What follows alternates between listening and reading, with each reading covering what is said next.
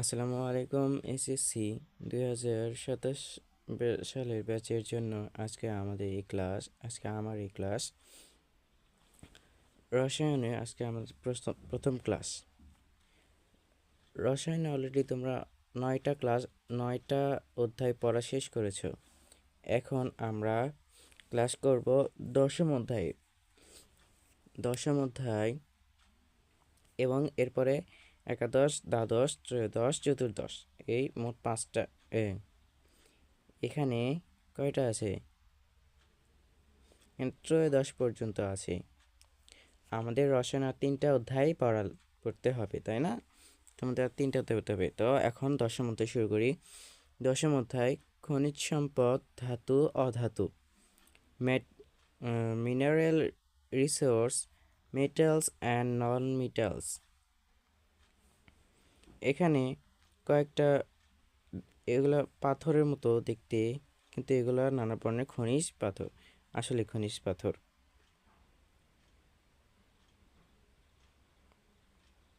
দেখো এখানে কয়েকটা লাইন দেওয়া আছে।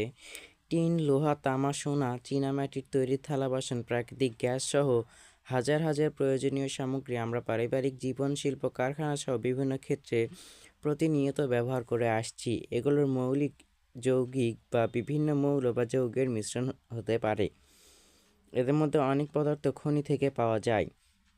খনিজ সম্পদ কি, কিভাবে খনি থেকে ধাতু অধাতু পাওয়া যায়, আবার সেগুলোকে কিভাবে সংরক্ষণ করা যায়, বা এগুলো থেকে কিভাবে অন্য কোনো প্রয়োজনীয় সামগ্রী তৈরি করা যায়, সেগুলো নিয়ে এই অধ্যায়ে আলোচনা করা হবে। তাহলে আমরা এই অধ্যায়টা শুরু করি। এটা না পড়লেও হবে, আমরা সোজাসুজি ক্লাসে শুরু করব। 10.1 খনিজ সম্পদ। 10.1 খনিজ সম্পদ, মিনারেল রিসোর্সেস। দেখো খনিজ সম্পদ আমাদের প্রয়োজনে বিভিন্ন ধাতু, অধাতু, উপধাতু বা তাদের বিভিন্ন যৌগ প্রকৃতিতে মাটি, পানি কিংবা বায়ুমণ্ডল থেকে সংগ্রহ করা যায়। মাটি, পানি বা বায়ুমণ্ডলের যে অংশ থেকে এগুলোকে সংগ্রহ করা হয় তাকে খনিজ বলে। তাহলে খনিজ কাকে বলে? মাটি, পানি, বায়ুমণ্ডলের যে অংশ থেকে এগুলোকে সংগ্রহ করা হয় তাকে খনিজ বলে। যদি মাটি থেকে পাওয়া যায় তাহলে সেটাও খনিজ, পানি থেকে পাওয়া গেলে সেটাও খনিজ, বাতাস থেকে পাওয়া গেলেও সেটাও খনিজ। খনিজ কঠিন হতে পারে, যেমন লোহা, তামা। খনিজ তরল হতে পারে, যেমন পেট্রোলিয়াম, খনিজ তেলের খনিজ। আবার গ্যাসীয় হতে পারে, যেমন প্রাকৃতিক গ্যাস, খনিজ। আমাদের দেশে প্রচুর পরিমাণ প্রাকৃতিক গ্যাস পাওয়া যায়, যা রান্নার কাজে, যানবাহনে জ্বালানি হিসেবে, বিদ্যুৎ উৎপাদন বা শিল্প কারখানায় কাঁচামাল হিসেবে ব্যবহার করা হচ্ছে। তাহলে আমাদের দেশে কোনটি পাওয়া যায়? প্রাকৃতিক গ্যাস। এর ব্যবহার কি? রান্নার কাজ, যানবাহনের জ্বালানি, বিদ্যুৎ উৎপাদন, বিভিন্ন শিল্প কারখানার কাঁচামাল। এখন বর্তমানে মাটিতে যে খনিজ সম্পদটা পাওয়া যায় সেটাই বেশি ব্যবহৃত হয়। আর এটা অনেক দিন ধরে যেই মৃত পশু, পাখি, মানুষের দেহাবশেষ মাটিতে পচে পচে পচে পচে যে রস হয় সেটাই খনিজ। সেটা এখন গ্যাসীয় হতে পারে, হয়তো অনেক দিন থাকার কারণে কঠিন হয়ে গেছে, আবার গ্যাসীয় হয়ে গেছে, এরকম। দেখো এখন মধ্যপ্রাচ্যের বিভিন্ন দেশে পেট্রোলিয়াম খনিজ রয়েছে যা সারা পৃথিবীতে রপ্তানি করছে এবং সমস্ত পৃথিবীর খনিজ তেলের চাহিদা পূরণ করছে। তাহলে কোথায় পেট্রোলিয়ামের খনিজ রয়েছে? মধ্যপ্রাচ্যে। দক্ষিণ আফ্রিকাতে রয়েছে সোনা ও হীরার খনিজ। সোনা ও হীরার খনিজ কোথায় রয়েছে? আফ্রিকাতে। হীরা অত্যন্ত মূল্যবান বস্তু, যা কোটি কোটি বছর ধরে তৈরি হয়।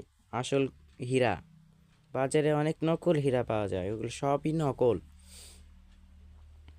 এছাড়া বিভিন্ন দেশে বিভিন্ন ধরনের খনিজ পাওয়া যায়, যা দেশ তথা সমগ্র পৃথিবীর উন্নয়নে মুখ্য ভূমিকা পালন করছে। কঠিন, তরল, গ্যাসীয় খনিজগুলোকে একত্রে খনিজ সম্পদ বলা হয়। খনিজ সম্পদ কাকে বলা হয়? কঠিন, তরল বা গ্যাসীয় এ খনিজগুলোকে একত্রে খনিজ সম্পদ বলা হয়। এখানে দেখো ভূত্বকের প্রধান প্রধান উপাদান মানে আমাদের পৃথিবীর যে মাটি, এই মাটির প্রধান প্রধান উপাদান দেখো, অক্সিজেনই আছে 46%, অক্সিজেন আছে 46%, potassium 3%, calcium 4%, iron 5%, aluminium 8.4%, silicon 27%, magnesium 2%, অন্যান্য আছে 2%। তাহলে সবচাইতে বেশি কি আছে? অক্সিজেন। তার মানে আমাদের মাটিতেও প্রচুর পরিমাণে অক্সিজেন আছে, বাতাসেও প্রচুর পরিমাণে অক্সিজেন আছে, এমনকি পানিতেও প্রচুর পরিমাণে অক্সিজেন আছে। পানির তুলনায় বায়ুতে অক্সিজেন কম আছে।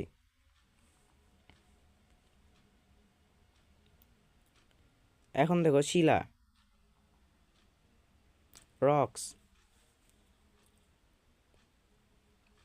10.1.2 শিলা, রক্স। বিভিন্ন খনিজ পদার্থ মিশ্রিত হয়ে কিছু শক্ত কণা তৈরি হয়। ওই শক্ত কণাসমূহ একত্র হয়ে যে পদার্থ তৈরি করে তাকে শিলা বলে। তাহলে শিলা কাকে বলে? বিভিন্ন খনিজ পদার্থ মিশ্রিত হয়ে কিছু শক্ত কণা তৈরি হয়। ওই শক্ত কণাসমূহ একত্র হয়ে যে পদার্থ তৈরি হয় তাকে শিলা বলে। এসব শিলা যেভাবে তৈরি হয়েছে তার উপর ভিত্তি করে শিলা সাধারণত 3 প্রকার। তাহলে শিলা কত প্রকার? 3 প্রকার। শিলা কত প্রকার? 3 প্রকার। 1 নাম্বার আগ্নেয় শিলা, পাললিক শিলা, আর 3 নাম্বার রূপান্তর। এখন আমরা পড়ব আগ্নেয় শিলা। হ্যাঁ, ইগনিয়াস রক, আগ্নেয়াস রক। আগ্নেয়গিরি থেকে যে গলিত পদার্থসমূহের মিশ্রণ বের হয় তাকে ম্যাগমা বলে। তাহলে ম্যাগমা কাকে বলে? আগ্নেয়গিরি থেকে যে গলিত পদার্থসমূহের মিশ্রণ বের হয় তাকে ম্যাগমা বলে। আগ্নেয়গিরি কি? আগ্নেয়গিরি হলো ভলক্যানো, যাকে ইংলিশে ভলক্যানো বলে। ওই যে যার থেকে আগুন ছিটকে বের হয়ে যায় সেটা আগ্নেয়গিরি। যে গলিত পদার্থ, আগ্নেয়গিরি যখন উদ্গীরণ হয় সেখান থেকে প্রচুর পরিমাণে লাভা বের হয়, তোমরা জানো। সেই লাভার আরেক নাম এখানে ম্যাগমা। এই যে এখানে লাভা ছবি দেওয়া আছে। ম্যাগমা যখন ঠান্ডা হয়ে কঠিন পদার্থে পরিণত হয় তখন তাকে আগ্নেয় শিলা বলে। তাহলে আগ্নেয় শিলা কাকে বলে? ম্যাগমা যখন ঠান্ডা হয়ে কঠিন পদার্থে পরিণত হয় তখন তাকে আগ্নেয় শিলা বলে। যেমন গ্রানাইট। এখানে দেখো এই লাভাগুলো শীতল হয়ে, এই যে কালো কালো দেখতে পাচ্ছ, এটা জমে গেছে, এটা শীতল হয়ে গেছে। এই যে উপরে যে আস্তরণ, এটা শীতল হয়ে গেছে, এটাই হচ্ছে আগ্নেয় শিলা। আগ্নেয় শিলা থেকে অনেক মূল্যবান খনিজ পাওয়া যায়। এখানে এটা পাললিক শিলা, এটা রূপান্তরিত শিলা। দেখো পাললিক শিলা, সেডিমেন্টারি রক, সেডিমেন্টারি রক।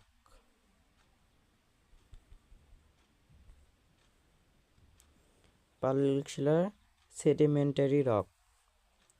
আবহাওয়া ও জলবায়ু ইত্যাদির পরিবর্তনের ফলে তাহলে কিসের পরিবর্তনের ফলে? আবহাওয়া ও জলবায়ু ইত্যাদি পরিবর্তনের ফলে বৃষ্টির পানি, বাতাস, কুয়াশা, ঝড় ইত্যাদির কারণে মাটির উপরিভাগের ভূত্বকের কাদামাটি, বালিমাটি ইত্যাদি ধুয়ে কোনো কোনো জায়গায় পলি আকারে জমা হয়। তারপরে পলির মধ্যে জমে থাকা কণাগুলো বিভিন্ন স্তরে স্তরে সজ্জিত হয়ে যে শিলা তৈরি হয় তাকে পাললিক শিলা বলে। এখানে পাললিক শিলা কাকে বলে? পাললিক শিলা আবহাওয়া ও জলবায়ু ইত্যাদি পরিবর্তনের ফলে বৃষ্টির পানি, বাতাস, কুয়াশা, ঝড় ইত্যাদির কারণে মাটির উপরিভাগে ভূত্বকে কাদামাটি, বালিমাটি ইত্যাদি ধুয়ে কোনো কোনো জায়গায় পলি আকারে জমা হয়। তারপরে পলির মধ্যে জমে থাকা কণাগুলো বিভিন্ন স্তরে স্তরে সজ্জিত হয়ে যে শিলা তৈরি হয় তাকে পাললিক শিলা বলে। যেমন বেলে পাথর। এখানে দেখো দেওয়া আছে একটা ছবি। এখানে কিন্তু স্তর বোঝা যাচ্ছে, এদিকে এরকম করে দেওয়া আছে, দাগ বোঝা যাচ্ছে।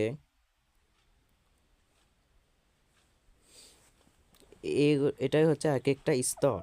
এটাকে যদি হাতুড়িতে ভাঙা হয় তাহলে এইরকম স্তরে স্তরেই ভেঙে যায়।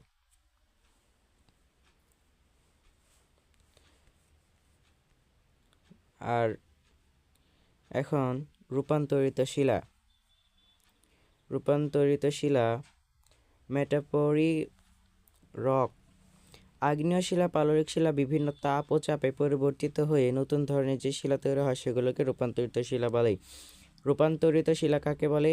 আগ্নেয় শিলা, পাললিক শিলা বিভিন্ন তাপ ও চাপের পরিবর্তিত হয়ে বিভিন্ন তাপ ও চাপে পরিবর্তন হয়ে নতুন ধরনের যে শিলা তৈরি করে সেগুলোকে রূপান্তরিত শিলা বলে। যেমন কয়লা। কয়লা রূপান্তরিত শিলার উদাহরণ। দেখো, মাটির নিচে শিলার বিভিন্ন স্তর সৃষ্টির প্রক্রিয়া। এখন এই শিলাগুলোর যে স্তর তৈরি হয় সেটা কিভাবে হয় সেটা দেখো। তার আগে ছবিটা দেখে নিই। এখানে একটা আমাদের পৃথিবীকে কেকের মতো করে কেটেছে।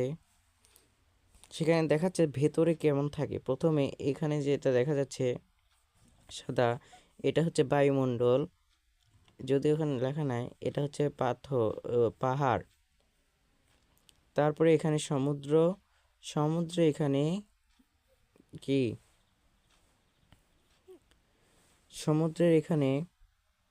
সমুদ্রের তলদেশ। তারপরে আরেকটা স্তরের মাটি, আরেক স্তরের মাটি এবং সর্বশেষ কেন্দ্রমণ্ডল। দেখি পড়ি।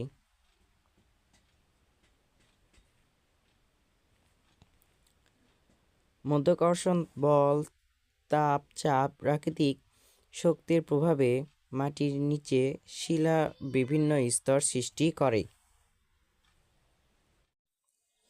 মাধ্যাকর্ষণ বল, তাপ, চাপ, প্রাকৃতিক শক্তির প্রভাবে মাটির নিচে শিলা বিভিন্ন স্তর সৃষ্টি করে। কেন মাটির নিচে শিলা বিভিন্ন স্তর সৃষ্টি করে? মাধ্যাকর্ষণ বল, তাপ, চাপ, প্রাকৃতিক শক্তির প্রভাবে। এখন দেখো 10.1.3 খনিজ ও আকরিক। খনিজ মিনারেলস। মাটির উপরিভাগে বা মাটির তলদেশে যে সকল পদার্থ থেকে আমরা প্রয়োজনীয় দ্রব্যাদি যেমন বিভিন্ন প্রকার ধাতু, অধাতু ইত্যাদি সংগ্রহ করে থাকি তাদেরকে খনিজ বলা হয়। আমরা খনিজ আগেই পড়েছি।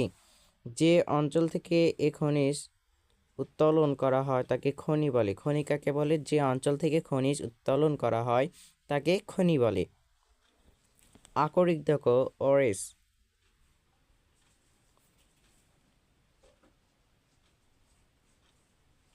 আকরিক, অরেস।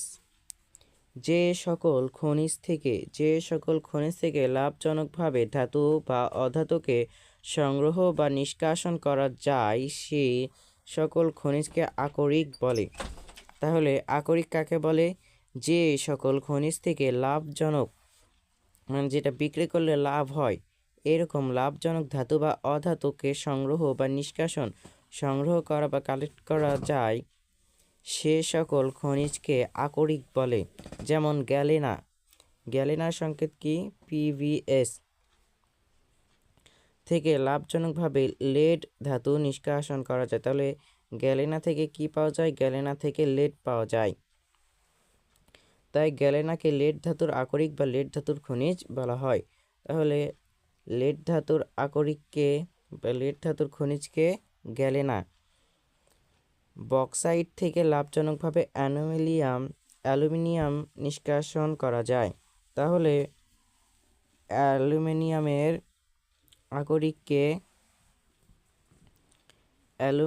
আকরিক হচ্ছে বক্সাইট। অতএব বক্সাইটকে অ্যালুমিনিয়ামের আকরিক খনিজ বলা হয়। আবার কাদামাটি থেকে লাভজনকভাবে অ্যালুমিনিয়াম ধাতু নিষ্কাশন করা যায় না। সেজন্য কাদামাটি শুধু অ্যালুমিনিয়ামের খনিজ কিন্তু আকরিক নয়। তাহলে এখানে কি তো আছে? কাদামাটি থেকে অ্যালুমিনিয়ামের ধাতু নিষ্কাশন করা যায় না, সেজন্য কাদামাটি শুধু অ্যালুমিনিয়ামের খনিজ কিন্তু আকরিক নয়। কেন আকরিক নয়? কারণ কাদামাটি থেকে লাভজনকভাবে অ্যালুমিনিয়াম পাওয়া যাচ্ছে না, অ্যালুমিনিয়াম পাওয়া যায় না। যদি পাওয়া যায় সেটা আমি সঠিক জানি না। অতএব আমরা বলতে পারি আকরিক হলে সেটা অবশ্যই খনিজ হবে, কিন্তু খনিজ হলে সেটা আকরিক নাও হতে পারে। এখানে প্রশ্ন, এই যে সেন্টেন্সটা দেওয়া আছে, সব খনিজই আকরিক,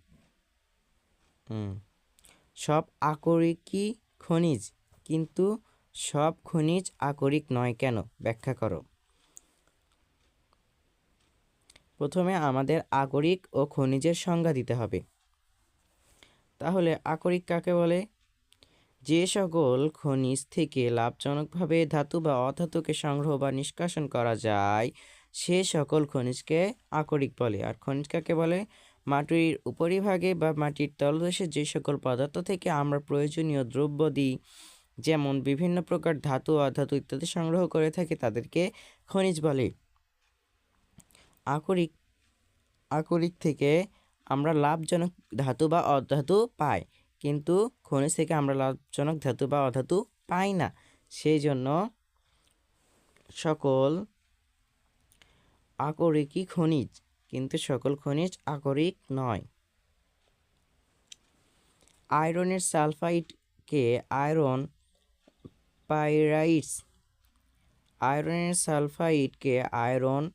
পাইরাইটস বলা হয়। তাহলে আয়রন পাইরাইটস কাকে বলা হয়? আয়রনের সালফাইডকে FeSO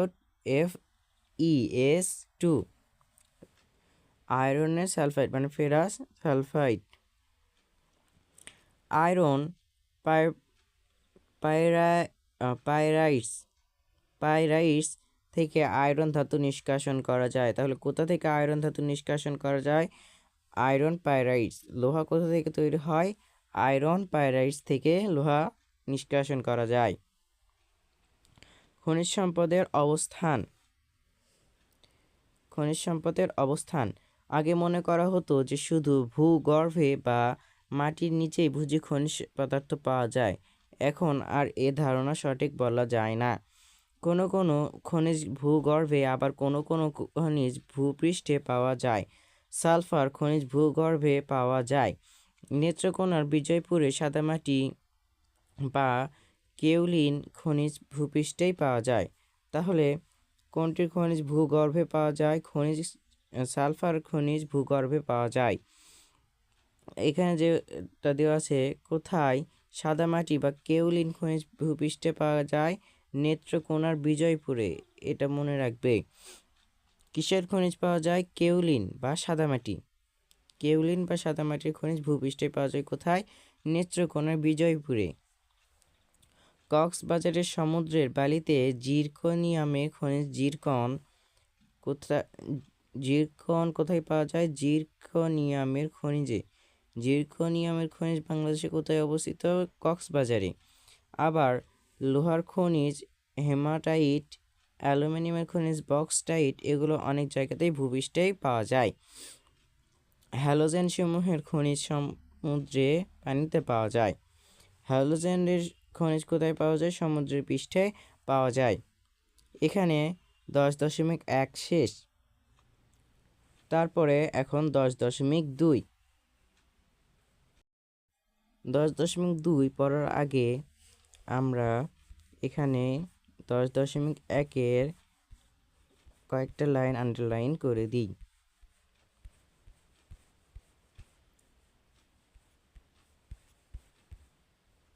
দেখো, আমরা প্রথমে এখানে পড়েছিলাম, এখানে তেমন কোনো প্রশ্ন নাই। আমরা খনিজ সম্পদে, খনিজ কাকে বলে? মাটি, পানি বা বায়ুমণ্ডলের যে অংশ থেকে আমরা এগুলোকে সংগ্রহ করা তাকে খনিজ বলে। খনিজ কেমন হতে পারে? কঠিন হতে পারে। তার উদাহরণ কি? লোহা বা তামা। তরল হতে পারে পেট্রোলিয়াম বা খনিজ তেল।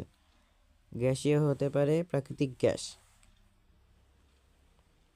আমাদের দেশে প্রচুর পরিমাণে কি পাওয়া যায়? আমাদের দেশে প্রচুর পরিমাণে প্রাকৃতিক গ্যাস পাওয়া যায়।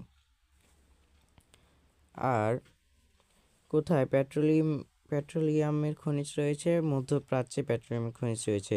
সোনা ও হীরার খনিজ কোথায়? দক্ষিণ আফ্রিকাতে। খনিজ সম্পদ কাকে বলে? কঠিন, তরল বা গ্যাসীয় খনিজগুলোকে একত্রে খনিজ সম্পদ বলা হয়। আমাদের ভূত্বকে প্রধান প্রধান উপাদানের মধ্যে কোনটি সর্বোচ্চ? অক্সিজেন সর্বোচ্চ এবং সর্বনিম্ন ম্যাগনেসিয়াম।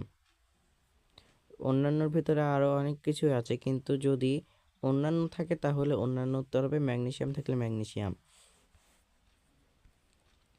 শিলার ভিতরে শিলা কাকে বলে? বিভিন্ন খনিজ পদার্থ মিশ্রিত হয়ে যে শক্ত কণা তৈরি হয়, ওই শক্ত কণা সমূহ একত্র হয়ে যে পদার্থ তৈরি হয় তাকে শিলা বলে।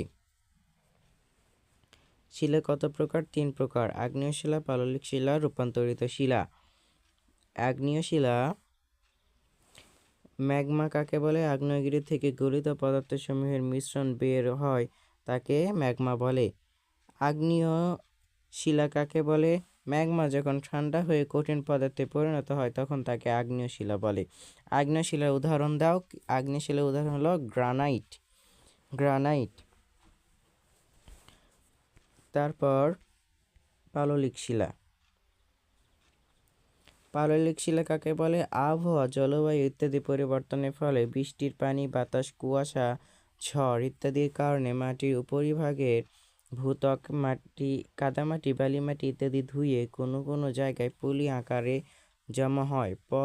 তারপরে পলির মধ্যে জমে থাকা কণাগুলো বিভিন্ন স্তরে স্তরে সজ্জিত হয়ে যে শিলা তৈরি হয় তাকে পাললিক শিলা বলে।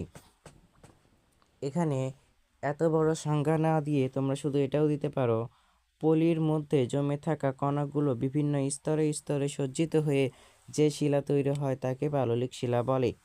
পাললিক শিলার উদাহরণ দাও। পাললিক শিলার উদাহরণ কি? বেলে মাটি। পাললিক শিলার উদাহরণ বেলে পাথর, বেলে মাটি নয়।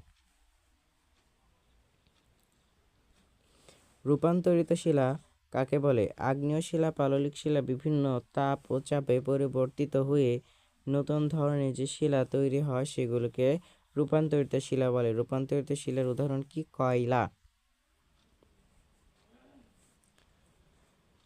মাটির নিচে শিলা বিভিন্ন স্তরের সৃষ্টি হয় কেন?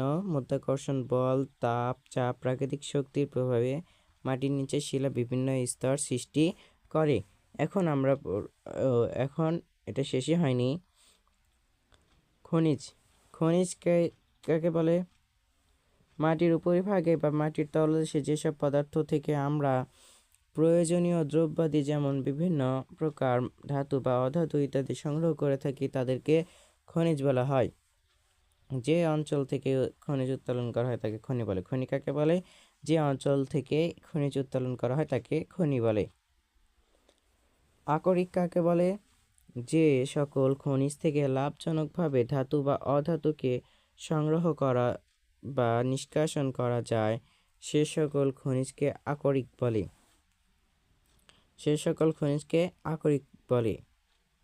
লেড ধাতু নিষ্কাশন করা যায় কোথা থেকে? গ্যালেনা থেকে লেড ধাতু নিষ্কাশন করা যায়। লেডের আরেক নাম হচ্ছে পারদ।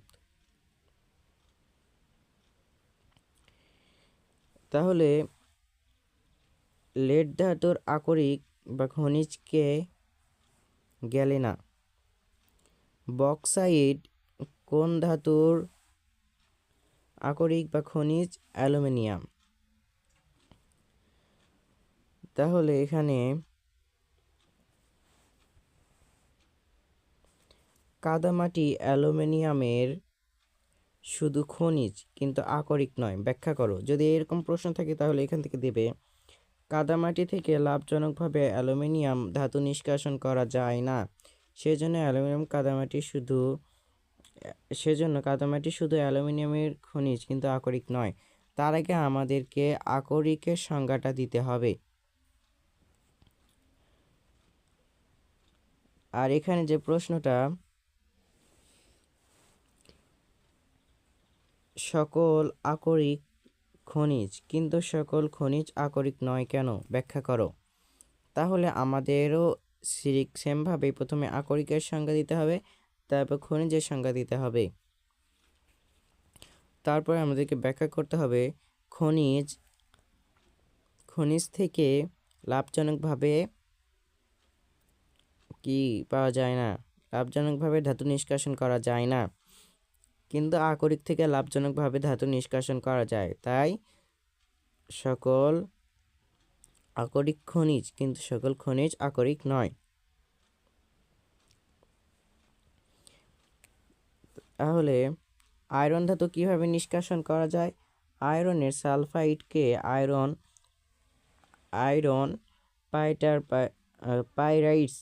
আয়রন পাইরাইটস বলা হয়। আয়রন পাইরাইটস থেকে আয়রন ধাতু নিষ্কাশন করা যায়। খনিজ সম্পদের অবস্থান, এখানে সালফার কোথায় পাওয়া যায়? ভূগর্ভে পাওয়া যায়। বাংলাদেশের কোথায় সাদামাটি বা কেওলিন খনিজ পাওয়া যায়?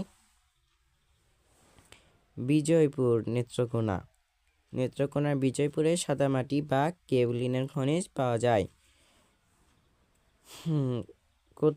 কোথাকার সমুদ্রের বালিতে জিরকনিয়ামের খনিজ জিরকন আছে? কক্সবাজারের সমুদ্রের বালিতে। জিরকনিয়ামের খনিজ কি তাহলে? জিরকন। লোহার খনিজ কি? হ্যামাটাইট। অ্যালুমিনিয়ামের খনিজ বক্সাইট। এখন আমরা পড়ব ধাতু নিষ্কাশন, মেটাল এক্সট্রাকশন, ধাতু নিষ্কাশন।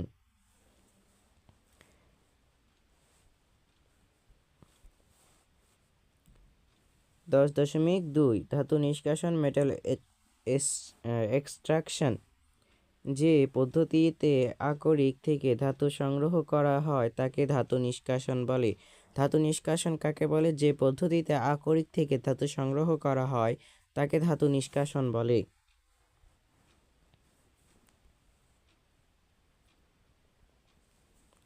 বিভিন্ন ধাতুর ধর্মও ভিন্ন, সে কারণে সকল ধাতুকে পৃথক করতে নির্দিষ্ট কোনো একটি প্রক্রিয়া নেই। তাই বিভিন্ন ধাতুর নিষ্কাশন প্রক্রিয়া ভিন্নতা থাকে। কিছু কিছু অসক্রিয় ধাতু যেমন সোনা, প্লাটিনাম এগুলোকে কখনো কখনো বিশুদ্ধ অবস্থায় পাওয়া যায়, কিন্তু কম বা অধিক সক্রিয় ধাতুসমূহ সাধারণত যৌগ হিসেবে প্রকৃতিতে পাওয়া যায়, যেমন ধাতুসমূহের অক্সাইড, সালফাইড, নাইট্রেট, কার্বনেট অন্যান্য অনেক প্রকার যৌগ হিসেবে। তাহলে কোনটির বিশুদ্ধ অবস্থা রয়েছে? সোনা এবং প্লাটিনাম। সোনা এবং প্লাটিনামের কোন অবস্থা রয়েছে? বিশুদ্ধ অবস্থা রয়েছে। জেনেছিলাম। তাই সক্রিয় ধাতুসমূহের যৌগমূলকে বিজারিত করে বা তড়িৎ বিশ্লেষণ প্রক্রিয়ায় তাদের যৌগ থেকে পৃথক করা হয়। ধাতু আকরিক থেকে ধাতু নিষ্কাশনের অনেকগুলো ধাপ রয়েছে। ধাপগুলো হলো: 1 নাম্বার, আকরিককে চূর্ণ করা। আমি যে আকরিকটা পেলাম সেটাকে প্রথমে ভাঙবো, ভেঙে ছোট ছোট ছোট ছোট টুকরো করব, এটাই হচ্ছে চূর্ণ করা।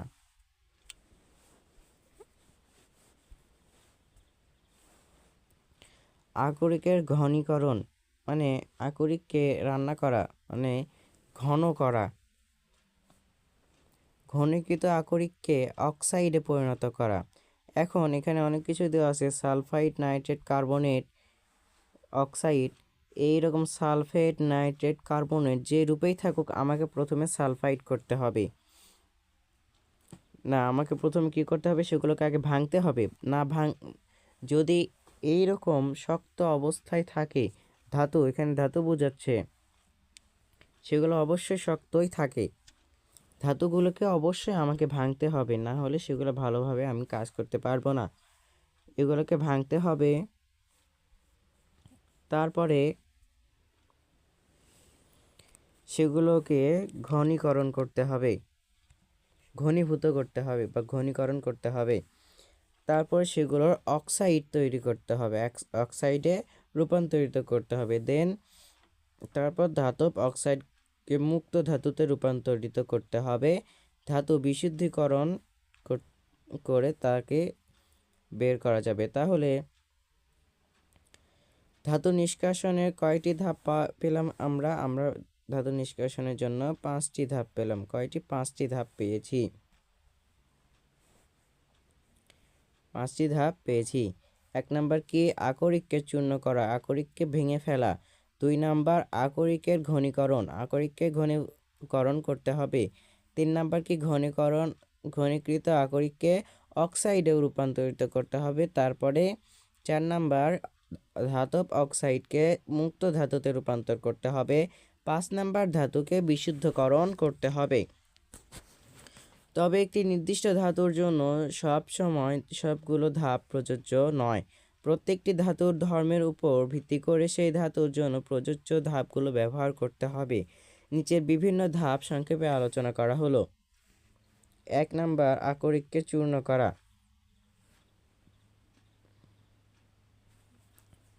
আকরিককে চূর্ণ করা।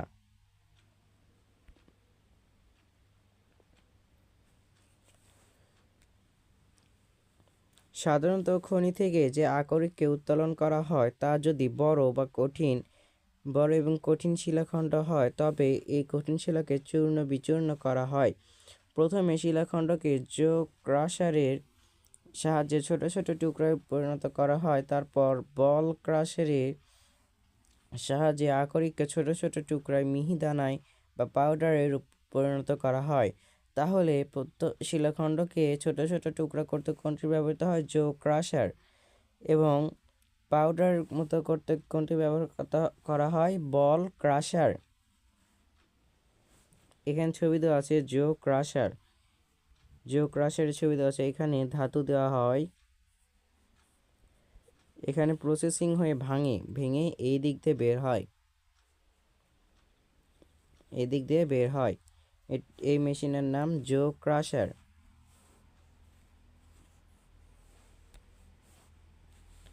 দেখো আকরিকের ঘনীকরণ।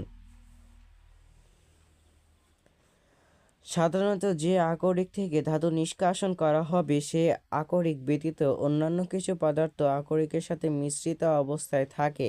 আকরিকের সাথে মিশ্রিত থাকা এইসব পদার্থকে অপদ্রব্য বা খনিজ মল বলে। খনিজ মল বা অপদ্রব্য কাকে বলে?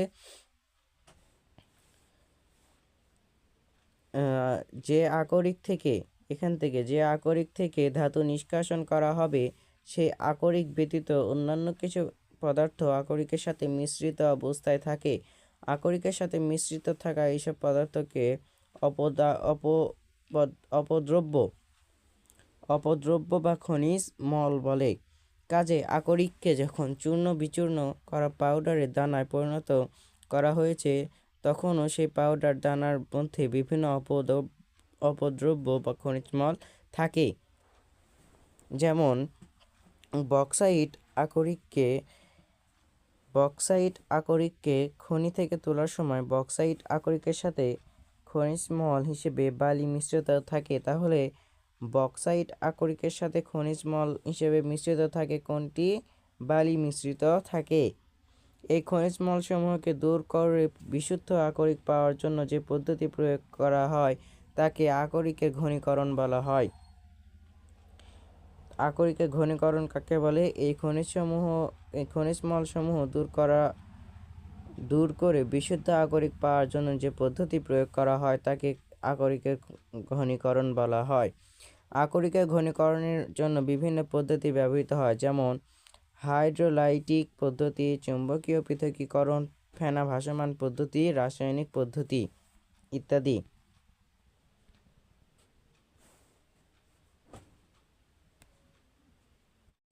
এখন আমরা পড়ব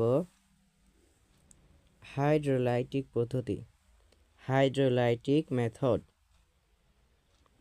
এই পদ্ধতিটি সাধারণত ব্যবহৃত হয় অক্সাইড আকরিকের ক্ষেত্রে। তাহলে হাইড্রোলাইটিক পদ্ধতি ব্যবহৃত হয় কোনটির ক্ষেত্রে? সাধারণত ব্যবহৃত হয় অক্সাইড আকরিকের ক্ষেত্রে। অর্থাৎ কোনো পদার্থ যদি অক্সাইড রূপে থাকে, অক্সাইড যৌগ রূপে থাকে, সেক্ষেত্রে এই পদ্ধতি কার্যকর হয়। অক্সাইড আকরিকের কণাগুলো ভারী হয়। তাহলে কোনটির কণাগুলো ভারী হয়? অক্সালিকের আকরিকের কণাগুলো ভারী হয়। আর এতে থাকা অপদ্রব্যগুলো কিন্তু তুলনামূলকভাবে কম হয়। তাহলে অক্সালিকের ভেতরে যে অপদ্রব্যগুলো থাকে সেগুলো কেমন হয়? তুলনামূলকভাবে হালকা হয়। এই পদ্ধতিতে একটি কম্পমান হেলানো খাঁজকাটা টেবিলের মধ্যে আকরিককে ঢালা হয়। এই আকরিকের উপর দিয়ে পানি প্রবাহিত করা হয়। এতে ভারী আকরিক ঘনীভূত হয়ে খাঁজের মধ্যে পড়ে থাকে এবং হালকা খনিজমল সমূহ পানির প্রবাহে ধৌত হয়ে চলে যায়। এভাবে আকরিক থেকে খনিজমল সমূহ চলে যাবার পর আকরিক গাঢ় হয়। তাহলে এখানে এ পদ্ধতিটা পূর্বে কিভাবে করা হয়? এই পদ্ধতিতে একটি কম্পমান হেলানো খাঁজকাটা টেবিলের মধ্যে আকরিককে ঢালা হয়। এই আকরিকের উপর দিয়ে পানি প্রবাহিত করা হয়। এতে ভারী আকরিক ঘনীভূত হয়ে খাঁজের মধ্যে পড়ে থাকে এবং হালকা খনিজমল সমূহ পানির প্রবাহে ধৌত হয়ে চলে যায়। এভাবে আকরিক থেকে খনিজমল সমূহ চলে যাবার পর আকরিক গাঢ় হয়। ফেনা ভাসমান পদ্ধতি, ফ্লোটেশন মেথড।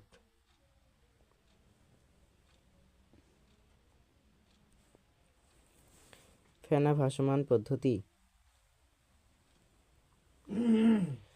এ পদ্ধতিতে সালফাইড আকরিকগুলোকে ঘনীকরণ করা হয়। এ পদ্ধতিতে কোনটির আকরিককে ঘনীভূত করা হয়? সালফাইডের। একটি বড় ট্যাঙ্কে আকরিক নিয়ে এর মধ্যে পানি দেওয়া হয়। তারপর এর মধ্যে অল্প অল্প করে তেল যোগ করা হয়। এরপর এই মিশ্রণের মধ্যে বায়ুপ্রবাহ চালনা করলে সালফাইড আকরিকগুলো তেলে দ্রবীভূত হয় এবং ফেনার আকারে ভেসে ওঠে। ফেনাসহ আকরিক পৃথক করে নেওয়া হয় এবং খনিজমল পাত্রের তলায় পড়ে থাকে। এখানেও সালফাইড আকরিকগুলোকে কিভাবে ঘনীকরণ করা হয় সেটার উত্তর। এখন পরীক্ষা দিয়েছে তেল ফেনা ভাসমান প্রণালী পরীক্ষা। এখানে উপরে তেল দেওয়া হয়েছে, এখানে পানি, এখানে সালফাইড সহ আকরিক। দেখো, তেল ফেনা ভাসমান প্রণালী পরীক্ষা। উপকরণ: বালি, কেরোসিন, স্প্যাচুলা। আচ্ছা, তোমরা এটা করে নিবে।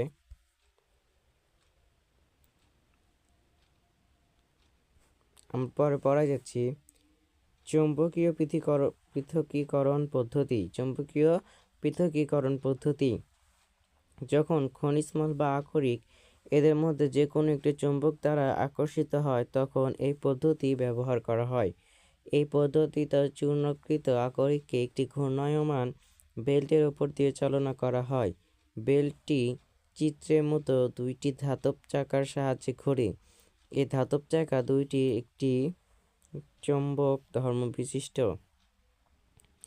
এই চুম্বক দ্বারা আকর্ষিত হয়ে খনিজমলযুক্ত আকরিকের চুম্বক অংশটি চুম্বক ধর্ম বিশিষ্ট চাকার নিচে এবং কাছে স্তূপ আকারে জমা হয়। অন্যদিকে অচুম্বক অংশটি একটু দূরে চিত্রের মতো জমা হয়। ফলে আকরিক খনিজমল থেকে পৃথক হয়। দেখো, এখানে যন্ত্রটা দেওয়া হয়েছে। এখানে আকরিক ও চুম্বকীয় এবং অচুম্বকীয় পদার্থ ঢালা হচ্ছে, সেগুলা এখানে আসছে। এখানে এসে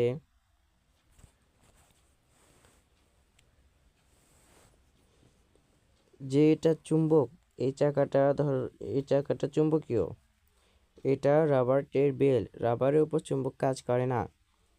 কিন্তু এই আকরিকের মধ্যে একটি চুম্বক পদার্থ, সেটি চুম্বকের আকর্ষণের কারণে চুম্বকে আকর্ষণ করতে যাচ্ছে, কিন্তু রাবার সে আকর্ষণ করতে দিচ্ছে না, ফলে একটু দূরে গিয়ে সরে পড়ছে এখানে। আর পদার্থগুলো অপদ্রব্যগুলো আকর্ষণ না পেয়ে সেখানেই পড়ে যাচ্ছে। এটা চুম্বকীয় পৃথকীকরণ পদ্ধতি।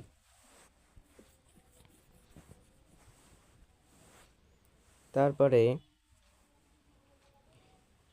এইখানে chromite FeO, Cr2O3, rutile TiO2 এর মতো চুম্বক ধর্ম বিশিষ্ট আকরিক থেকে খনিজমল অপসারণ করার জন্য চুম্বকীয় পৃথকীকরণ পদ্ধতি প্রয়োগ করা হয়। তাহলে কোনটির এবং কোনটির ক্ষেত্রে ক্রোমাইট এবং রুটাইলের মতো চুম্বক ধর্ম বিশিষ্ট আকরিকের ক্ষেত্রে খনিজমল অপসারণ করার জন্য চুম্বকীয় পৃথকীকরণ পদ্ধতি প্রয়োগ করা হয়। রাসায়নিক পদ্ধতি।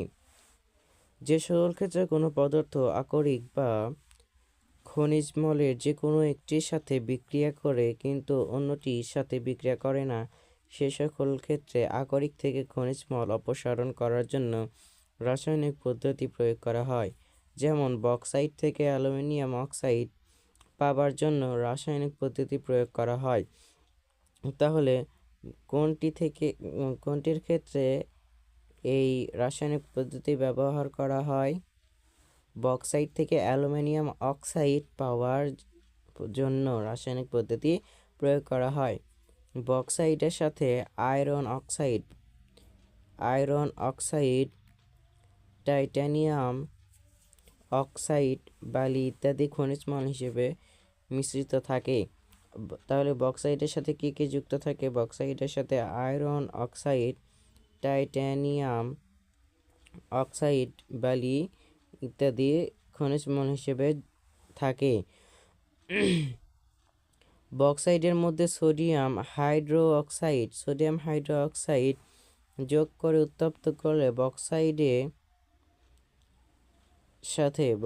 সাথে সোডিয়াম হাইড্রোক্সাইড বিক্রিয়া করে সোডিয়াম অ্যালুমিনেট ও পানি তৈরি করে। বিক্রিয়া দেওয়া আছে বক্সাইটের সাথে সোডিয়াম অক্সাইড। এখানে ডেল্টা মানে হচ্ছে তাপ দেওয়া হয়েছে। এখানে সোডিয়াম অ্যালুমিনেট এবং 3 অণু পানি উৎপন্ন হয়েছে। এখানে অক্সাইড পাওয়া গেছে। এটা কিসের অক্সাইড? Sodium oxide. গরম সোডিয়াম অ্যালুমিনেটকে পানির সাথে বিক্রিয়া করালে অ্যালুমিনিয়াম হাইড্রোক্সাইড ও সোডিয়াম হাইড্রোক্সাইড উৎপন্ন হয়। এখানে সোডিয়াম হাইড্রোক্সাইড কিন্তু আমরা পেয়ে গেছি। সোডিয়াম অ্যালুমিনেটের সাথে পানি যুক্ত করেছে উত্তপ্ত অবস্থায়, যার কারণে অ্যালুমিনিয়াম অক্সাইডের অধঃক্ষেপণ পড়েছে এবং সোডিয়াম অক্সাইড উৎপন্ন হয়েছে। এই যে সোডিয়াম হাইড্রোক্সাইড পানিতে দ্রবীভূত থাকে এবং অ্যালুমিনিয়াম হাইড্রোক্সাইড পাত্রের নিচে তলানি আকারে অধঃক্ষিপ্ত হয়। অ্যালুমিনিয়াম হাইড্রোক্সাইডের অধঃক্ষেপণের বর্ণ কেমন? অ্যালুমিনিয়াম অক্সাইডের বর্ণ কেমন? অ্যালুমিনিয়াম অক্সাইডের বর্ণ সাদা রঙের, অধঃক্ষেপণের বর্ণ সাদা রঙের। অ্যালুমিনিয়াম হাইড্রোক্সাইডকে পৃথক করে এনে তাকে 1100 ডিগ্রি সেলসিয়াস তাপমাত্রায় উত্তপ্ত করলে বিশুদ্ধ অ্যালুমিনিয়াম অক্সাইড ও পানি উৎপন্ন হয়। তাহলে অ্যালুমিনিয়াম হাইড্রোক্সাইড থেকে অ্যালুমিনিয়াম উৎপন্ন করতে কত ডিগ্রি সেলসিয়াস তাপের প্রয়োজন হয়? 1100 ডিগ্রি সেলসিয়াস তাপমাত্রার প্রয়োজন হয়। এখানে বিক্রিয়া দেওয়া আছে অ্যালুমিনিয়াম হাইড্রোক্সাইডকে 100 ডিগ্রি সেলসিয়াস দেওয়া হয়েছে। 100 ডিগ্রি সেলসিয়াস তাপমাত্রায় অ্যালুমিনিয়াম হাইড্রোক্সাইড ভেঙে অ্যালুমিনিয়াম অক্সাইড ও পানি উৎপন্ন করেছে। উপরের প্রক্রিয়ায় বক্সাইট আকরিকের ঘনীকরণ থেকে অ্যালুমিনিয়াম অক্সাইড পাওয়া যায়। তাহলে এভাবে অ্যালুমিনিয়াম অক্সাইড পাওয়া গেল। তারপরে 3 নাম্বার, ঘনীকৃত আকরিককে অক্সাইডে রূপান্তর। ঘনীকৃত, এতক্ষণে আমরা পড়লাম অক্সাইডের ঘনীকরণ। এখন ঘনীকরণ শেষে আমরা ঘনীকৃত আকরিককে অক্সাইডে রূপান্তর করব। ঘনীকৃত আকরিককে ভস্মীকরণ বা তাপজারণ পদ্ধতিতে ধাতুর অক্সাইডে পরিণত করা যায়। তাহলে কিভাবে ভস্মীকরণ বা কিভাবে ধাতুর অক্সাইডে পরিণত করা যায়? ভস্মীকরণ বা তাপজারণ। আকরিকের ভস্মীকরণ, ক্যালসিনেশন অফ ওরিস।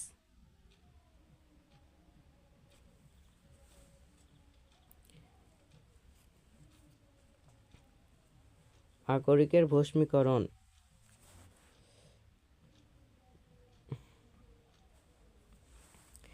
আকরিকে উপস্থিত ধাতুকে বিজারিত করে পৃথক করার আগে ঘনীকৃত আকরিককে গলনাঙ্কের চেয়ে কম তাপমাত্রায় বাতাসের অনুপস্থিতিতে উত্তপ্ত করা হয়।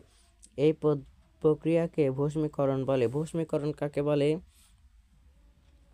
আকরিকে উপস্থিত ধাতুকে বিজারিত করে পৃথক করার আগে ঘনীকৃত আকরিককে গলনাঙ্কের চেয়ে কম তাপমাত্রায় বাতাসের অনুপস্থিতিতে উত্তপ্ত করা হয়।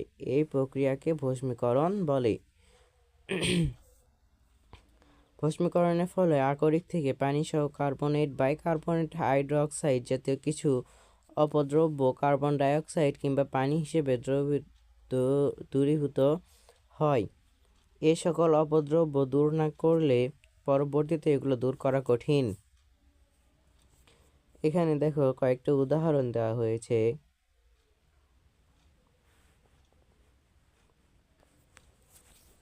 এটা কিসের সংকেত? তোমাদের জন্য প্রশ্ন। Fe2O3 একে তাপ দেওয়া হয়েছে। তাপ দিয়ে কি বের হলো? অক্সাইড এবং পানি। আচ্ছা, এটা জিঙ্ক কার্বনেট। জিঙ্ক কার্বনেটকে তাপ দিয়ে জিঙ্ক অক্সাইড এবং কার্বন ডাই অক্সাইড রূপে অপদ্রব্যগুলো বের হয়ে চলে গেছে। এখানে কার্বন ডাই অক্সাইড রূপে অপদ্রব্যগুলো বের হয়ে চলে গেছে। এখানে পানির আকারে অপদ্রব্যগুলো চলে গেছে। ক্যালসিয়াম, এখানে ক্যালসিয়াম কার্বনেটকে তাপ দিয়ে ক্যালসিয়াম অক্সাইড আর কার্বন ডাই অক্সাইড উৎপন্ন হয়েছে। ক্যালসিয়াম অক্সাইড, এটা চুন।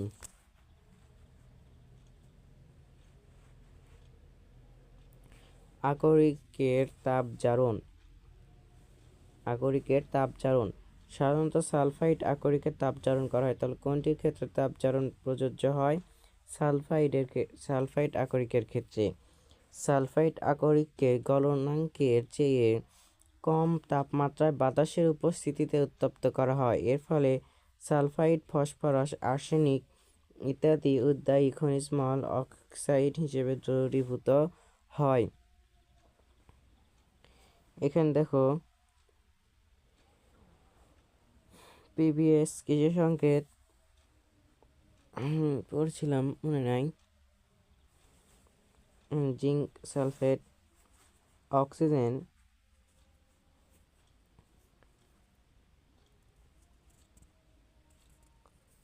উত্তপ্ত করা হয়েছে করে সেখানে এই যে এই সালফাইড পাওয়া গেছে, আর এই দুটো হচ্ছে অপদ্রব্য। আবার এখানে দেখো, তারপরে এখন আমাদের ঘনীকরণ শেষে ঘনীভূত আকরিকে অক্সাইড করাও শেষ। এখন আমরা কি করব? এখন আমরা ধাতব অক্সাইডকে মুক্ত ধাতবে রূপান্তর করব। আকরিককে ভস্মীকরণ বা তাপজারণ করার যে ধাতব অক্সাইড পাওয়া যায় তাদেরকে বিজারিত করলে ধাতু পাওয়া যায়। তাহলে এদের থেকে কিভাবে ধাতু পাওয়া যায়? তাদেরকে বিজারিত করলে ধাতু পাওয়া যায়। ভিন্নভাবে এ বিজারণ সম্পন্ন করা যায়, যেমন তড়িৎ বিশ্লেষণের মাধ্যমে বিজারণ, কার্বন বিজারণ পদ্ধতি, স্ববিজারণ ইত্যাদি। ধাতুর সক্রিয়তা সিরিজে তাদের অবস্থানের উপর কোন পদ্ধতিতে বিজারণ সম্পন্ন করা হবে তা নির্ভর করে। তোমরা যে সহজে সেটা বুঝতে পারো তার জন্য নিচে ছকটি দেওয়া হলো। ধাতুর সক্রিয়তা সিরিজ। প্রথমে দেখো সক্রিয়তা সিরিজে ধাতুর অবস্থান। বেশি সক্রিয় ধাতুসমূহ যাদের অবস্থান সক্রিয়তা সিরিজের উপরে। তাহলে কে ধাতু? কে কে দিয়ে potassium, Na sodium, Ca calcium, Mg magnesium, Al aluminium. বিজারণ পদ্ধতি তড়িৎ বিশ্লেষণের মাধ্যমে বিজারণ ঘটানো হয়। মধ্যম মানের সক্রিয় ধাতুসমূহ যাদের অবস্থান সক্রিয়তা সিরিজের মাঝে। জিঙ্ক, আয়রন, আর পিবি দেখি তোমরা বলো। কার্বন বিজারণ পদ্ধতিতে বিজারণ ঘটানো হয়। তারপরে কম সক্রিয় ধাতুসমূহ যাদের অবস্থান সক্রিয়তা সিরিজের নিচের দিকে। কপার, লেড বা পারদ আর আর্জেন্টাম। স্ববিজারণ পদ্ধতিতে বিজারণ ঘটানো হয়। প্রায় অসক্রিয় ধাতু যাদের অবস্থান সক্রিয়তা সিরিজের একেবারে নিচে। পি, টি এবং এ-ইউ বিশুদ্ধ অবস্থায় পাওয়া যায়। এদেরকে কোন বিজারণ করতে হয় না। এই ছকটা তোমরা ভালোভাবে মুখস্থ রাখবে।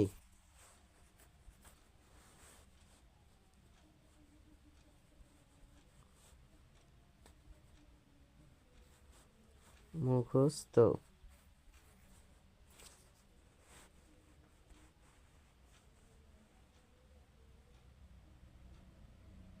বিশেষ করে ধাতুগুলোর নাম। তারপরে তড়িৎ বিশ্লেষণের মাধ্যমে বিজারণ। তড়িৎ বিশ্লেষণের মাধ্যমে বিজারণ। রিডাকশন বাই এলিমেন্টারি ও ইলেকট্রোলাইসিস। সক্রিয়তা সিরিজে প্রদর্শিত উপরের দিকে অবস্থিত অধিক সক্রিয় ধাতু potassium, sodium, calcium, magnesium, aluminium ইত্যাদি ধাতুসমূহের জন্য তড়িৎ বিশ্লেষণ পদ্ধতি বিজারণ সম্পন্ন করা হয়। নিচে অ্যালুমিনিয়াম অক্সাইড থেকে তড়িৎ বিশ্লেষণ পদ্ধতি প্রয়োগ করে অ্যালুমিনিয়াম ধাতু নিষ্কাশন পদ্ধতি বর্ণনা করা হলো। এই পদ্ধতিতে প্রথমে কঠিন অ্যালুমিনিয়াম অক্সাইডকে গলিয়ে তরল করতে হয়। এখানে তোমরা এই পদ্ধতিটাও পড়বে, আমি পড়ে দিচ্ছি। অ্যালুমিনিয়াম অক্সাইড 2050 ডিগ্রি সেলসিয়াস তাপমাত্রায় গলে। অ্যালুমিনিয়াম অক্সাইড কত ডিগ্রি সেলসিয়াসে গলে? 2050 ডিগ্রি সেলসিয়াস তাপমাত্রায় গলে। এত বেশি তাপমাত্রা তৈরি করা অত্যন্ত কঠিন কাজ। যদি অ্যালুমিনিয়াম অক্সাইডের মধ্যে ক্রায়োলাইট যোগ করা হয় তাহলে অ্যালুমিনিয়াম অক্সাইড 800 ডিগ্রি থেকে 1000 ডিগ্রি সেলসিয়াস তাপমাত্রায় গলে যায়।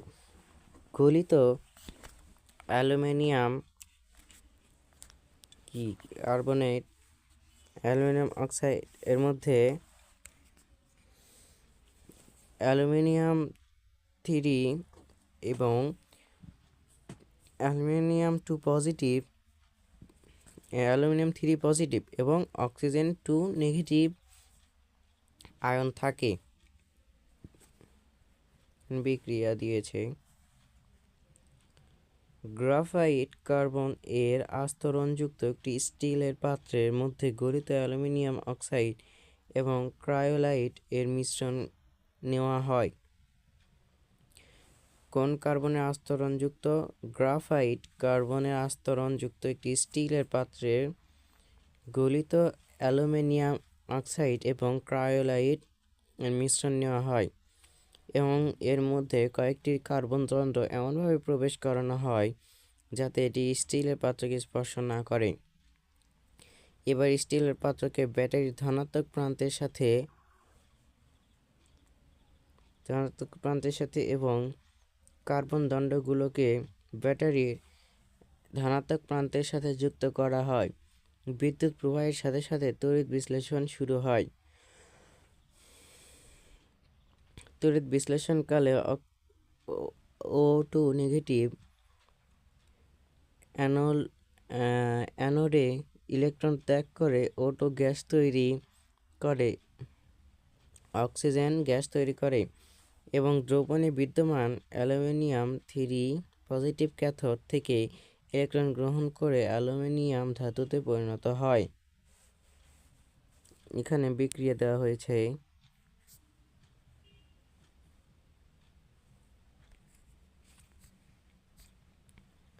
দেখো এখানে একটা ছবি দেওয়া হয়েছে।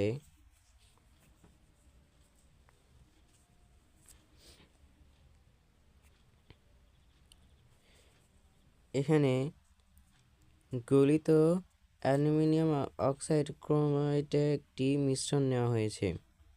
এখানে মিশ্রণ নিয়ে সেখানে কি দেওয়া হলো? সেখানে একটি এখানে গ্রাফিটের আস্তরণযুক্ত একটি স্টিলের পাত্রে এগুলো নেওয়া হলো।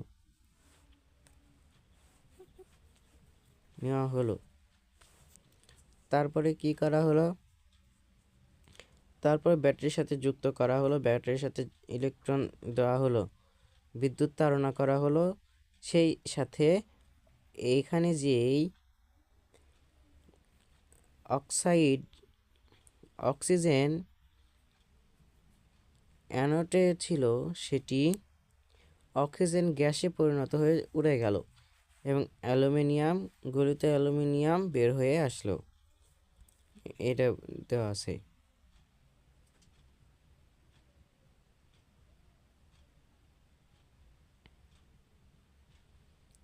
কার্বন বিজারণ পদ্ধতি, মেথড অফ কার্বন রিডাকশন। ধাতব অক্সাইডের সাথে কার্বনকে উত্তপ্ত করে ধাতু নিষ্কাশন করা হয়। কিভাবে নিষ্কাশন করা? ধাতব অক্সাইডের সাথে কার্বনকে উত্তপ্ত করে ধাতু নিষ্কাশন করা হয়। যেমন জিঙ্ক অক্সাইড থেকে জিঙ্ক ধাতু, আয়রন অক্সাইড থেকে আয়রন ধাতু, পিবিও থেকে পিবি ধাতু কিংবা কপার অক্সাইড থেকে কপার ধাতুকে এই পদ্ধতিতে নিষ্কাশন করা হয়। এখানে বিক্রিয়া দিয়েছে। এই পদ্ধতিকে বলা হয় কার্বন বিজারণ পদ্ধতি। সক্রিয়তা সিরিজে প্রদর্শিত মধ্যম মানের সক্রিয় ধাতুসমূহ এই পদ্ধতিতে ঘটানো হয়। একক কাজ দিয়েছে, তুমি চাইলে করো।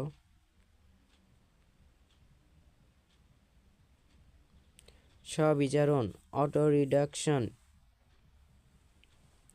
সক্রিয়তা সিরিজের অবস্থানের নিচের দিকে অবস্থিত কম সক্রিয় ধাতু কপার, লেড এবং আর্জেন্টাম ধাতুসমূহে অক্সাইড এর ক্ষেত্রে কোনো বিচারক যোগ না করে শুধু উত্তপ্ত করে বিজারণ ঘটানো হয়। উদাহরণ হিসেবে মার্কারি ও এজিতে মার্কারি আগরিককে এভাবে বিজারিত করা যায়। এইচজিতে মার্কারি, এর আরেক নাম পারো।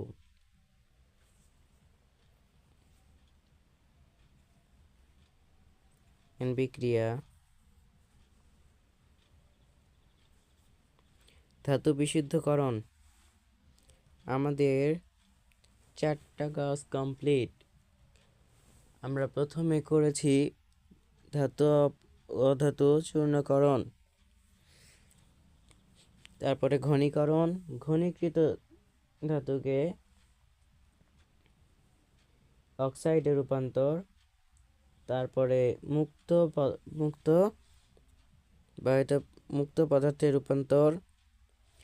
তারপরে এখন আমরা শেষ কাজ করব ধাতুর বিশুদ্ধ করব। এখন উপর উল্লেখিত বিচারণ পদ্ধতি সমূহের মাধ্যমে প্রাপ্ত ধাতুসমূহ সম্পূর্ণরূপে বিশুদ্ধ নাও হয় না, এতে উল্লেখযোগ্য পরিমাণ অপদ্রব্য থেকে যায়। এই অপদ্রব্য দূর করতে বিভিন্ন পদ্ধতি ব্যবহার করা হয়। বিগালোক যোগ করার পদ্ধতি উচ্চ তাপমাত্রায় কার্বন বিচারণ পদ্ধতিতে প্রাপ্ত ধাতুর মধ্যে কিছু খনিজ মল দ্রবীভূত থাকতে পারে। এই খনিজ মল অপসারণ করার জন্য যে পদার্থ যোগ করা হয় তাকে বিগালক বলে। বিগালক কাকে বলে? খনিজ মল অপসারণ করার জন্য যে পদার্থ যোগ করা হয় তাকে বিগালক বলে। এখান থেকে দিবে উচ্চ তাপমাত্রায় কার্বন বিচারণ পদ্ধতিতে প্রাপ্ত ধাতুর মধ্যে কিছু খনিজ মল দ্রবীভূত থাকতে পারে। এই খনিজ মল অপসারণ করার জন্য যে পদার্থ যুক্ত করা হয় তাকে বিগালক বলে। খনিজ মল ক্ষারীয় হলে অ্যাসিডিক বিগালক যোগ করা হয়। তাহলে খনিজ মল ক্ষারীয় হলে কেমন বিগালক যোগ করা হয়? অ্যাসিডীয়। খনিজ মল অ্যাসিডিক হলে তাকে এর মধ্যে ক্ষারীয় বিগালক যোগ করা হয়। এটা চুনের সংকেত, এটা চুনের সংকেত এবং এটা বালির সংকেত। বিগালক এবং খনিজ মল একত্র হয়ে ধাতুর মল বা ধাতুমল তৈরি হয়। ধাতুর মল গলিত ধাতুতে দ্রবীভূত হয় না বলে উপর থেকে ধাতুমলকে গলিত ধাতু থেকে আলাদা করে ফেলা যায়। বিগলন প্রক্রিয়ায় প্রাপ্ত ধাতু বিশুদ্ধ নয়। এই অবিশুদ্ধ ধাতুকে তড়িৎ বিশ্লেষণ পদ্ধতি প্রয়োগ করে ধাতু বিশুদ্ধ করা হয়। নিচে ধাতু বিশুদ্ধকরণের জন্য তড়িৎ বিশ্লেষণ পদ্ধতি আলোচনা করা হলো। তড়িৎ বিশ্লেষণ পদ্ধতিতে ধাতু বিশোধন। তড়িৎ বিশ্লেষণ পদ্ধতিতে ধাতুর বিশোধন। অবিশুদ্ধ ধাতুকে অ্যানোড এবং বিশুদ্ধ ধাতুর একটি পাতকে ক্যাথোড হিসেবে ব্যবহার করা হয়। তড়িৎ বিশ্লেষ্য হিসেবে যে ধাতুকে বিশুদ্ধ করতে হবে তার লবণের দ্রবণকে ব্যবহার করা হয়। যখন তড়িৎ বিশ্লেষ্য কোষে বিদ্যুৎ প্রবাহিত করা হয় তখন অ্যানোড থেকে ধাতুর পরমাণু ইলেকট্রন ত্যাগ করে আয়ন হিসেবে দ্রবণে প্রবেশ করে। অপরদিকে ধাতব আয়ন ইলেকট্রন গ্রহণ করে বিশুদ্ধ ধাতু হিসেবে ধাতব পাতে জমা হয়। তড়িৎ বিশ্লেষণ পদ্ধতিতে কপার ধাতু ও অন্যান্য ধাতু বিশোধন করা হয়। নিচে তড়িৎ বিশ্লেষণ পদ্ধতিতে কপার ধাতুর বিশুদ্ধকরণ পদ্ধতি বর্ণনা করা হলো। তড়িৎ বিশ্লেষণ পদ্ধতিতে কপার ধাতুর বিশুদ্ধকরণ। বিচারণ প্রক্রিয়ায় প্রাপ্ত কপার ধাতু 98% বিশুদ্ধ। একে তড়িৎ বিশোধন পদ্ধতিতে প্রয়োগ করে 99.9% বিশুদ্ধ কপার ধাতু তৈরি করা যায়। এক্ষেত্রে কপার সালফেটের জলীয় দ্রবণ একটি পাত্রে নেওয়া হয়। এই পাত্রে যে ধাতব দণ্ডকে বিশুদ্ধ করতে হবে সেই অবিশুদ্ধ কপার দণ্ডকে ব্যাটারির ধনাত্মক প্রান্তের সাথে যুক্ত করা হয়। এটি অ্যানোড হিসেবে কাজ করে। একটি বিশুদ্ধ কপার দণ্ডকে ওই ব্যাটারির ধনাত্মক প্রান্তের সাথে যুক্ত করা হয়। এটি ক্যাথোড হিসেবে কাজ করে। সাধারণত অবিশুদ্ধ কপার দণ্ড মোটা থাকে এবং বিশুদ্ধ কপার দণ্ড পাতলা থাকে। এখানে দেখো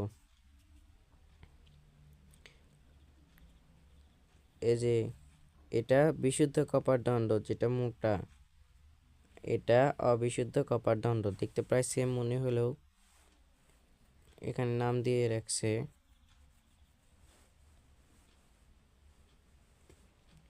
তারপর এবার ব্যাটারির সাহায্যে দ্রবণের মধ্যে তড়িৎ প্রবাহিত করলে অ্যানোড হিসেবে ব্যবহৃত অবিশুদ্ধ কপার দণ্ড থেকে কপার আয়ন হিসেবে দ্রবণে চলে যায় এবং দ্রবণ থেকে বিশুদ্ধ কপার দণ্ডে জমা হয়।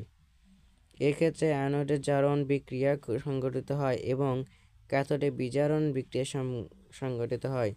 কোথায় জারণ বিক্রিয়া সংঘটিত হয়? অ্যানোডে।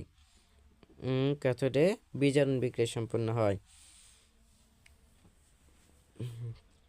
বিক্রিয়া দেওয়া আছে। আয়রন নিষ্কাশন পদ্ধতি। আয়রন নিষ্কাশন পদ্ধতি।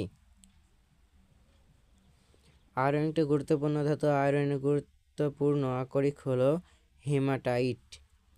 প্রধানত 3টি ধাপে, যেমন গাড়ীকরণ, ভস্মীকরণ, তাপজারণ, বিগলন দ্বারা বেতাচ্চুলিতে লৌহ নিষ্কাশন করা। এখানে পাশে একটা ছবি আছে।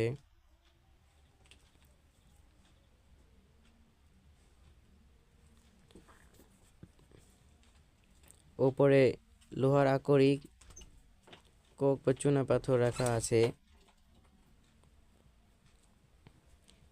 এটা চুল্লি। এখানে চুল্লির নাম দেওয়া আছে বেতাচ্চুল্লি। দেখো, এটা বোঝা যাচ্ছে গলিত লাভার মতো আগুন জ্বলতেছে। এদিক দিয়ে গরম বায়ু প্রবেশ করছে এবং গলিত যেই আয়রনগুলো সেগুলো নিচে পড়ছে। নিচে পড়ে এই ফাঁকা দিয়ে বের হয়ে যাচ্ছে। আকরিকগুলো উপরে এই ফাঁকা দিয়ে বের হয়ে যাচ্ছে।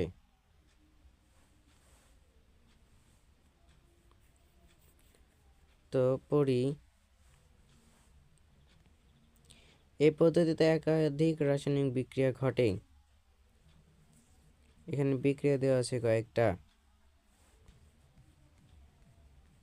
দলীয় কাজ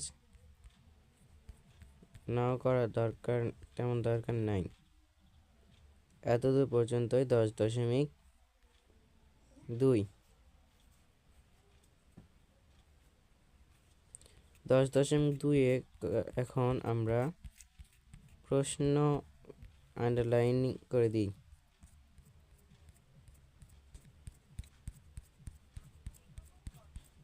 দেখো, 10.2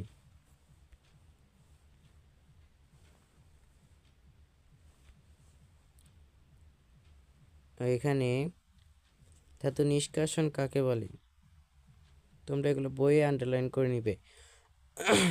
আর পড়ার সময়, ক্লাস করার সময় সবসময় খাতা কলম বই নিয়ে বসবে। তারপরে কোনটিকে বিশুদ্ধ অবস্থায় পাওয়া যায়? সোনা, প্লাটিনাম এগুলোকে বিশুদ্ধ অবস্থায় পাওয়া যায়। আর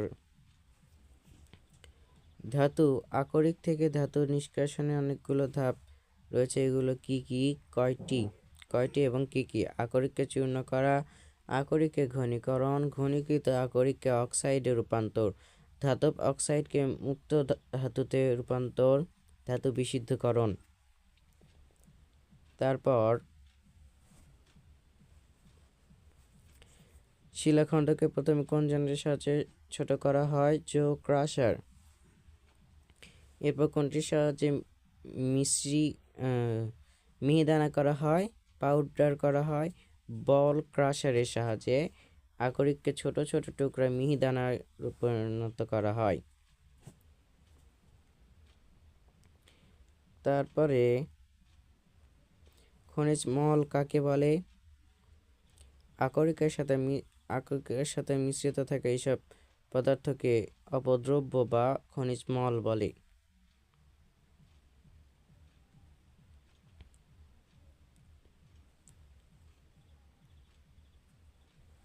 বক্সাইট আকরিকের খনি থেকে তোলার সময় বক্সাইট আকরিকের সাথে খনিজ মল হিসেবে কি থাকে? বালি মিশ্রিত থাকে।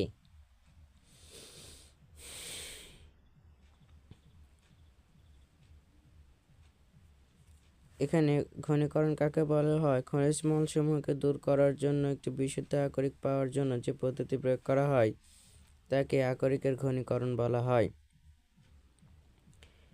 আকরিককে ঘনী করার জন্য কয়টি পদ্ধতি ব্যবহার করা হয় এবং কি কি? হাইড্রোলাইটিক পদ্ধতি, চুম্বকীয় পদ্ধতি, ফেনা ভাসমান পদ্ধতি, রাসায়নিক পদ্ধতি।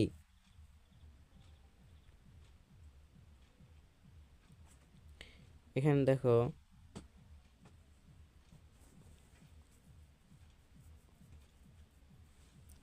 এখানে তেমন প্রশ্ন মনে হয় না আছে। আচ্ছা থাক, এখানে প্রশ্ন নেই তেমন।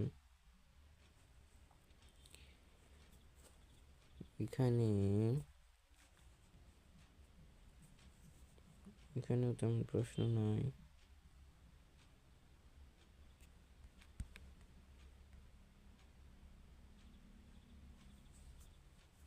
তোমরা এগুলো ভালো করে পড়বে। এগুলো থেকে যদিও তেমন প্রশ্ন নাও হতে পারে,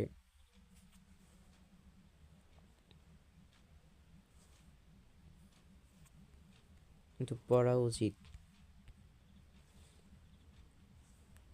এগুলো পড়া উচিত। এখানে ক্রোমাইটের সংকেত কি? রুটাইলের সংকেত কি? এগুলো কেমন পদার্থ? চুম্বক ধর্ম বিশিষ্ট আকরিক পদার্থ। রাসায়নিক পদ্ধতি, এখানে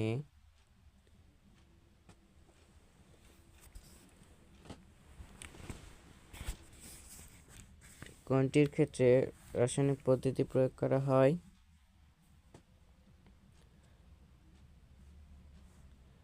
বক্সাইট থেকে অ্যালুমিনিয়াম অক্সাইড পাওয়ার জন্য। বক্সাইটে কি কি যুক্ত থাকে? বক্সাইটের সাথে আয়রন অক্সাইড, টাইটানিয়াম অক্সাইড বালি হিসেবে খনিজ মল মিশ্রিত থাকে। তারপর এখানে এই প্রক্রিয়া সোডিয়াম হাইড্রো অক্সাইডে যোগ করলে উত্তপ্ত করে বক্সাইডের সাথে সোডিয়াম হাইড্রো অক্সাইড বিক্রিয়া করে সোডিয়াম অ্যালুমিনেট পানি তৈরি করে। এই বিক্রিয়া যদি এরকম ব্যাখ্যা আসে যে সোডিয়াম অ্যালুমিনেট তৈরি হওয়ার প্রক্রিয়াটি ব্যাখ্যা করো, সেই ক্ষেত্রে তোমাদেরকে বিক্রিয়া দিতে হবে। যদি পুরো প্রক্রিয়া চাই, পুরো প্রক্রিয়ায় দিতে হবে বিক্রিয়া সহ। বিক্রিয়ার কথা নাও দিতে থাকলেও তোমাকে বিক্রিয়া দিতে হবে। দেওয়া থাকলে বিক্রিয়া দেওয়া থাকলে মাস্ট বি দিতে হবে, না দেওয়া থাকলেও দিতে হবে। তারপরে সোডিয়াম হাইড্রো অক্সাইড কীভাবে উৎপন্ন হয়? গরম সোডিয়াম অ্যালুমিনেটকে পানির সাথে বিক্রিয়া করালে অ্যালুমিনিয়াম হাইড্রো অক্সাইড ও সোডিয়াম হাইড্রো অক্সাইড উৎপন্ন হয়। এই অ্যালুমিনিয়াম হাইড্রো অক্সাইড কী হিসেবে তলানি পড়ে? সাদা রঙের তলানি পড়ে এবং এর অধঃক্ষেপণ হয়। অ্যালুমিনিয়ামকে কয় ডিগ্রি সেলসিয়াস তাপমাত্রায় উত্তপ্ত করতে হয়? 1100 ডিগ্রি সেলসিয়াস তাপমাত্রায় উত্তপ্ত করতে হয়।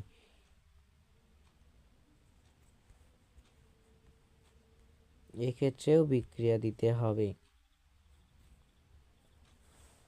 রসায়নের মধ্যে বিক্রিয়া মেইন। তারপর দেখো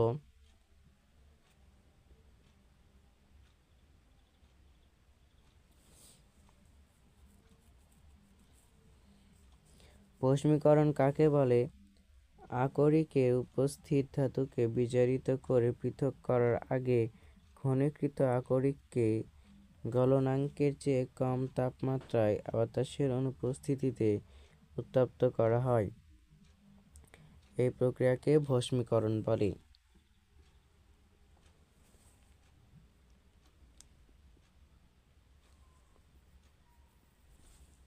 তারপর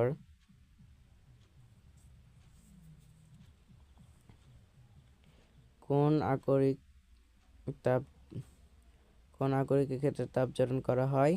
সালফাইড আকরিকের ক্ষেত্রে।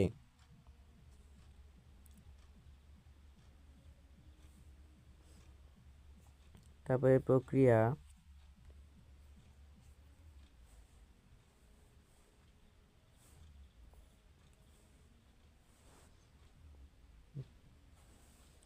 তারপরে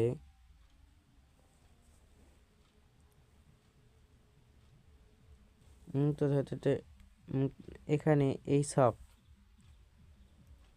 শকের এই মাস্ট বি এই ধাতুগুলোর নাম এবং প্রায় সবই মুখস্থ করতে হবে, সবই, এই ছক পুরোটাই, ছক পুরোটাই অল অল।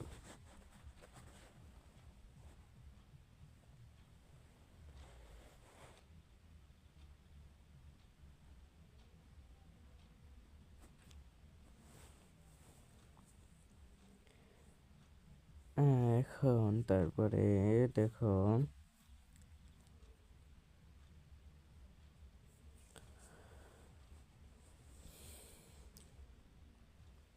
অ্যালুমিনিয়াম কত ডিগ্রি সেলসিয়াস তাপমাত্রায় গলে? 2050 ডিগ্রি সেলসিয়াস তাপমাত্রায় গলে।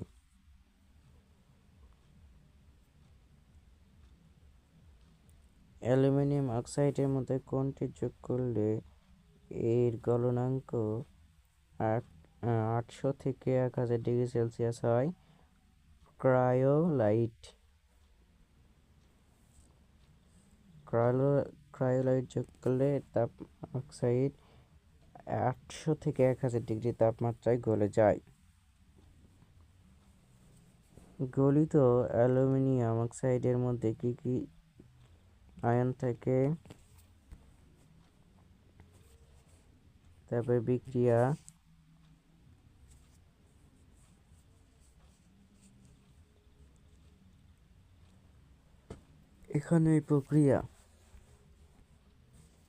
এখানে প্রক্রিয়াটা পড়তে হবে।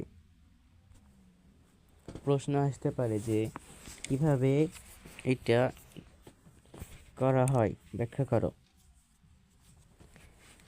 তারপরে কার্বন বিজারণ পদ্ধতি।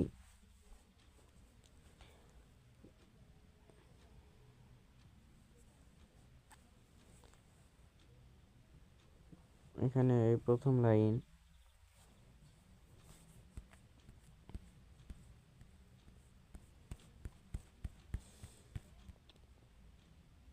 স্ববিজারণ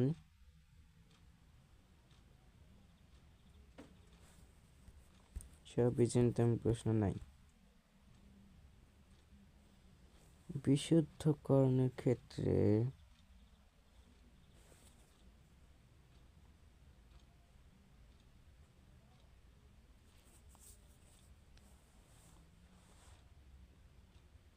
বিগালক কাকে বলে? উচ্চ তাপমাত্রায় কার্বন বিজারণ পদ্ধতিতে প্রাপ্ত ধাতুর মধ্যে কিছু খনিজ মল দ্রবীভূত থাকতে পারে। এই খনিজ মল অপসারণ করার জন্য যে পদার্থ যোগ করা হয় তাকে বিগালক বলে। তাকে বলা হচ্ছে বিগালক। বিগালক এবং খনিজ মল আচ্ছা, ক্ষারীয় বিগালকে ক্ষারীয় খনিজ মলে কি যুক্ত করা হয়? অ্যাসিডিক বিগালক। অ্যাসিডিক ক্ষারীয় হলে অ্যাসিডিক খনিজ মলে কেমন বিগালক যোগ করা হয়? ক্ষারীয় বিগালক যোগ করা হয়।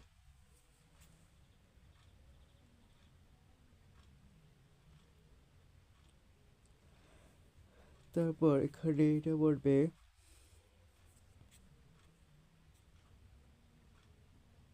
এখানে এটা পড়বে, এখানে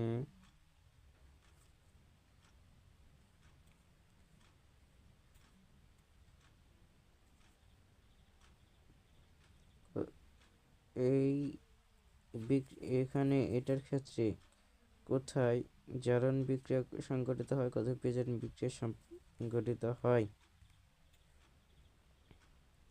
আয়রন নিষ্কাশন পদ্ধতি কয়টি? 3টি ধাপে সম্পন্ন হয়।